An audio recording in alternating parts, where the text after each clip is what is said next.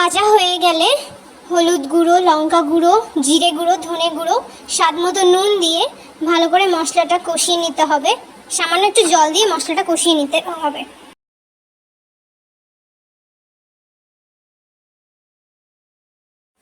মশলাটা কষানো হয়ে গেলেই কিছুক্ষণ মশলাটা রান্না করে তার মধ্যে আগে থেকে ভেজে রাখা মাছের মুড়ো এবং আগে থেকে ভেজে রাখা সবজিগুলো দিয়ে কিছুক্ষণ নাড়িয়ে কিছুক্ষণ রান্না করলেই তৈরি হয়ে যাবে মাছের মুড়ো দিয়ে ছ্যাঁচড়া।